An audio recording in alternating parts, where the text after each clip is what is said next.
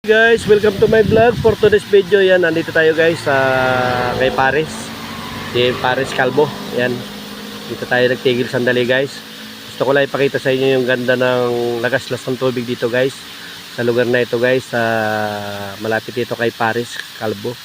Yan, dito po tayo sa may lugar po na ito. Yan po yung papunta Sampaloc. Yan guys, ito naman po yung papuntang Kogyo. Yan, gusto ko lang ipakita sa inyo sandali guys yung lagaslas ng tubig po dito. Yan guys, pakita ko lang sa inyo sandali guys. Yan, mula sa taas yan guys. Yan, sarap mag swimming guys. Mapansin nyo guys, sa baba tumatalon yung tubig guys. Yan, shoutout po sa nakakaalam po sa lugar na ito. Alam ko po na maraming riders nakakaalam po sa lugar po na ito guys, yung lugar po na ito. Yan, dito lang tayo guys sa malapit kay Paris Calvo.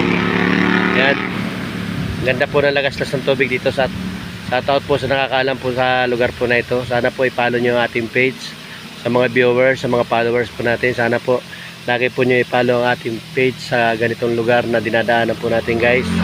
Yan, andito tayo guys sa lugar po na ito guys. Yan, ang lakas po ng lagaslas ng tubig. Pwede na po kayo mag-swimming dyan guys. Dapat lang kayo dun sa baba guys. Sigurado mag-i-enjoy na kayo. Malinis yung tubig na yan guys. Kasi parang may sapa rin po sa bandang taas guys. Shoutout po sa nakakaalam po sa lugar po na ito. Sana wag po kayo magsawa na lagi po i-follow nyo ang ating page para po tayo laging ganahan sa mga lugar po na dinadaanan natin paglalako ng isda. Yan guys. Okay guys, maglalako na tayo. Yan, nandito po si Paris.